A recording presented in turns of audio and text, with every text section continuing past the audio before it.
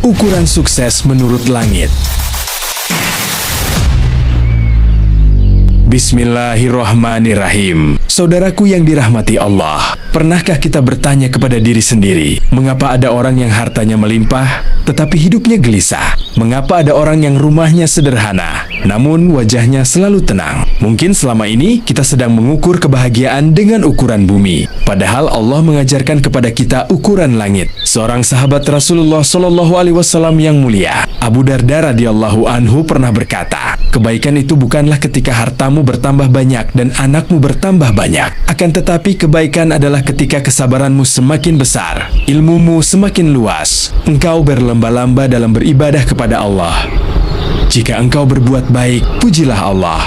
Dan jika engkau berbuat salah, segeralah memohon ampun kepada Allah. Hadis riwayat Ibnu Abi Syaibah dalam Al-Musannaf nomor 35.484. Dinukil pula oleh Imam Abu Nu'aim dalam Hilyatul Aulia dengan sanad yang dikenal di kalangan ulama sebagai atsar sahabat. Saudaraku, lihatlah betapa dalam nasihat ini Abu Darda tidak berkata orang terbaik adalah yang paling kaya. Beliau juga tidak berkata orang terbaik adalah yang paling terkenal, karena beliau memahami firman Allah. Sesungguhnya yang paling mulia di sisi Allah adalah orang yang paling bertakwa. Quran, Surat Al-Hujurat ayat 13. Artinya, yang Allah nilai bukan berapa banyak yang kita miliki, tetapi siapa diri kita ketika memiliki dan siapa diri kita ketika kehilangan. Imam Al-Ghazali dalam Ihya Ulumuddin menjelaskan bahwa hati manusia bagaikan cermin. Jika cermin itu dipenuhi cinta dunia, maka cahaya akhirat sulit memantul. Namun,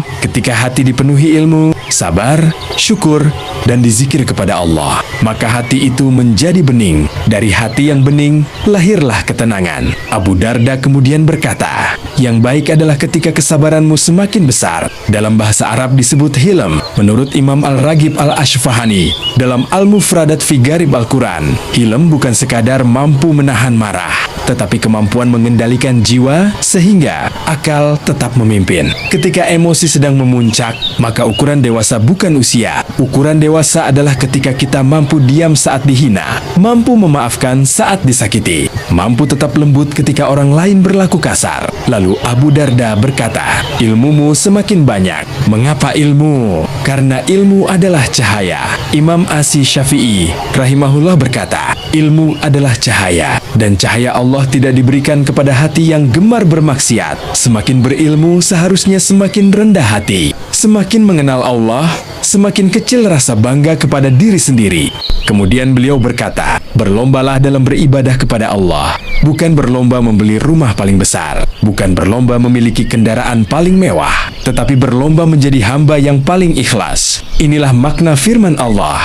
Maka berlomba-lombalah dalam berbagai kebaikan. Quran, Surat Al-Baqarah, ayat 148.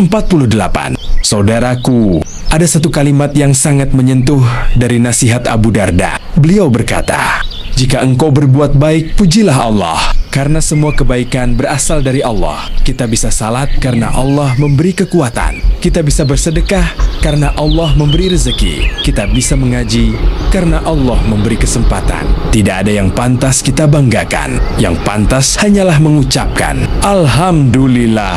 Dan ketika kita jatuh dalam dosa, beliau tidak berkata putus asa. Beliau berkata, segeralah beristighfar kepada Allah, karena manusia terbaik bukan manusia yang tidak pernah salah, tetapi manusia yang paling cepat kembali kepada Rabb-Nya. Allah sendiri berfirman, janganlah kalian berputus asa dari rahmat Allah. Sesungguhnya Allah mengampuni seluruh dosa. Quran, Surat Az-Zumar ayat 53. Saudaraku, mulai malam ini, sebelum tidur, jangan lagi bertanya, berapa uang yang aku hasilkan hari ini? Tetapi tanyakanlah kepada hati, apakah hari ini aku lebih sabar daripada kemarin? Apakah ilmuku bertambah? Apakah aku lebih dekat kepada Allah? Apakah ketika berhasil, aku bersyukur? Dan apakah ketika salah aku segera beristighfar? Jika jawabannya ya, maka yakinlah Mungkin kita belum menjadi orang terkaya di dunia, tetapi mudah-mudahan kita sedang menjadi hamba yang paling kaya di sisi Allah. Semoga Allah menghiasi hati kita dengan ilmu yang bermanfaat, kesabaran yang luas, ibadah yang ikhlas, lisan yang selalu bersyukur, dan hati yang tidak pernah lelah kembali kepadanya. Amin ya Robbal Alamin.